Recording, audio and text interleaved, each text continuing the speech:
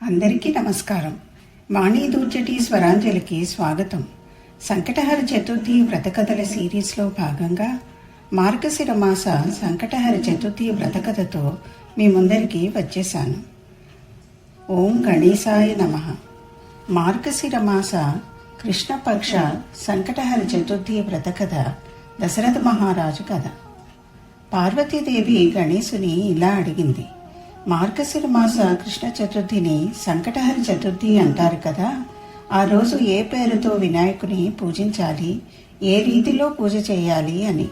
అప్పుడు గణేశుడు ఇలా ప్రత్యుత్తరం ఇచ్చాడు: అమ్మ, మార్గశిర మాస కృష్ణ పక్ష చతుర్థి నాడు గజాననుడు అనే పేరుతో వినాయకుని విధిపూర్వకంగా పూజ చేయాలి. పూజ అయిన తర్వాత అర్ఘ్యం ఇవ్వాలి. రోజంతా వ్రతదీక్షలో ఉండి పూజ తర్వాత బ్రాహ్మణులకు భోజనం పెట్టాలి. ఈరోజు ఎవరైతే బార్లీ, నువ్వులు, బియ్యం, పంచదార మొదలగు వస్తువులతో హవిసు తయారు చేసి హోమం చేస్తారో వారికి శత్రువులు కూడా వశం అవుతారు. ఈ సందర్భంగా నేను ఒక ప్రాచీన వృత్తాంతం చెప్తాను. ప్రాచీన కాలంలో త్రేతాయుగంలో దశరథుడు అనే ఒక ప్రతాపవంతమైన రాజు ఉండేవాడు. ఆయనకు వేట అంటే చాలా ఇష్టం. ఆయన ఒకసారి వేటకెళ్ళినప్పుడు తెలియకుండా శ్రవణకుమారుడు అనే బ్రాహ్మణుడిని జంతువుని వేటాడుతున్నాను అనుకుని వధించాడు.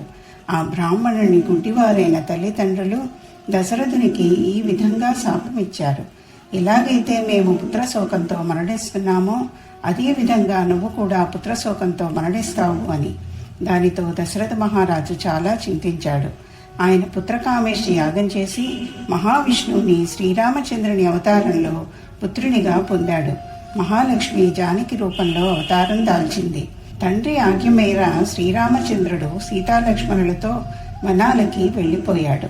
ఆ వనవాస సమయంలో కరదూషణుడు అని మొదలగు రాక్షసులను వధించాడు.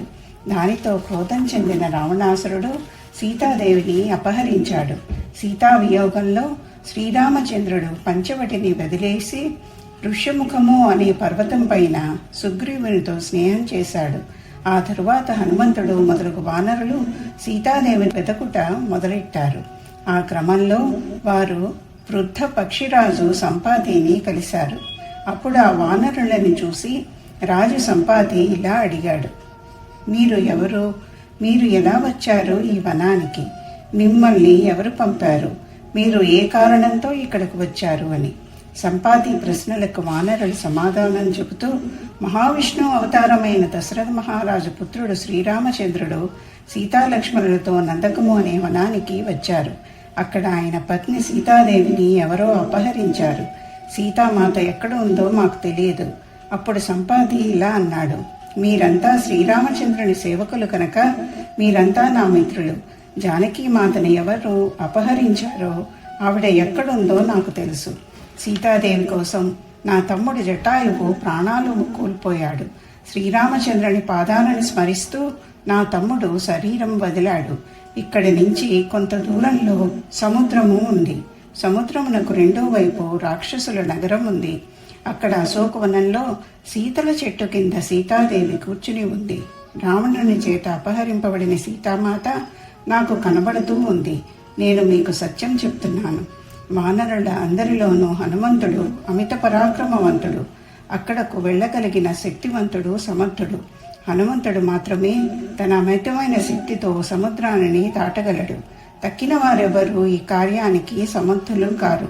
ఈ మాటలు విని హనుమంతుడు ఇలా అడుగుతున్నాడు: రాజా, ఈ దుస్సాహసమైన సముద్రాన్ని నేను మట్టుకు ఎలా దాటగలను?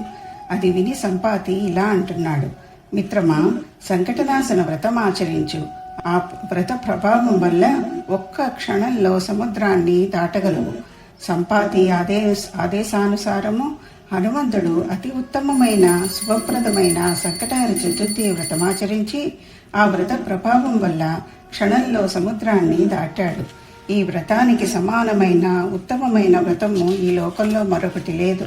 ఇదే విషయాన్ని శ్రీకృష్ణ పరమాత్మ ధర్మరాజుతో చెప్తూ, ధర్మరాజా, మీరు కూడా ఈ వ్రతం ఆచరించండి.